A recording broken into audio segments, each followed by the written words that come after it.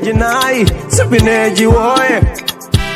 Sipineji woye, sipineji nai. Programu ya mzee. Pamuno imba Giroria, ngave Giroria matibaba. Sipineji woye, CB wewe. Pamuno imba Giroria, ngave Giroria matibaba. Sipineji woye, CB wewe. Zamara wapugama pamaso wea. Bazi paghetto. Oh, alright. Ndoya mangwana. Saka mati chidiki ndechemari. Because nachida kuti inini nababa nekamwana kedu kadiki tingogara tapedza nhau dzacho. Vanhu vazhinji vasati vabudikira. Iwe ukuti murume wako kudii kwacho. Dhimoni achatichekeresa takavarairwa imimi. Ndochicha uri kundiitira ichi. Baba boy, dzikamai zvenyu mutishow manzwaka. Apa ndiri kurova yeshoti rekuti ramangwana redu rigare riri secured manzwaka. Chanete neudya sadza nemazeo kusu. Saka shoti rauri kutaura ndere iri wangu. Mari haidonhe kubva pamukota peyakai.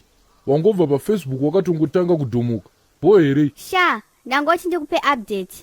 Apa handisi kukumbira oro anything. Ndiri kutongokudza kuti mangwana inini newe nemwana wedu Bridge Maya uyu. Mangwana tese tiri kunodimburwa zvigunwe. Pama calculations angu andaita ndaona kuti tikaendesa tese zvigunwe tinenge tine kamari kedu karibo zvekutodaro chaizvo. Kutengesa zvigunwe kuita sei kwacho? Zvekurwara izvo.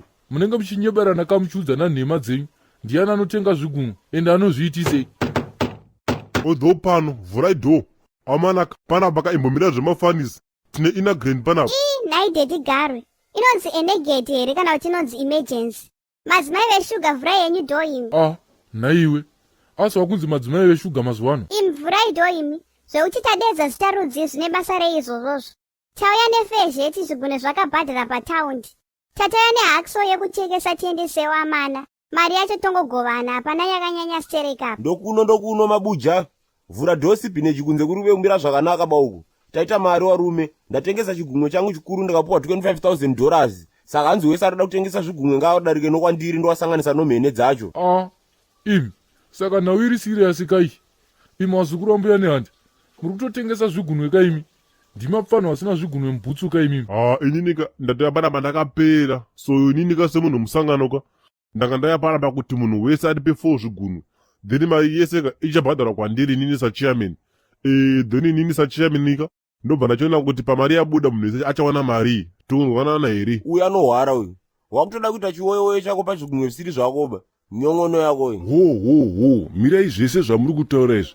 Munhu ane gepu rezvigunwe ndini sofa. Meneri muno muHarare ndini ndakaihostaka. Saka kana muchitoda mari yezvigunwe taurai neni. Iwe samutoko ukangoda kuti bufu chete zvaendwa ndakatokumaka shoti reipapo.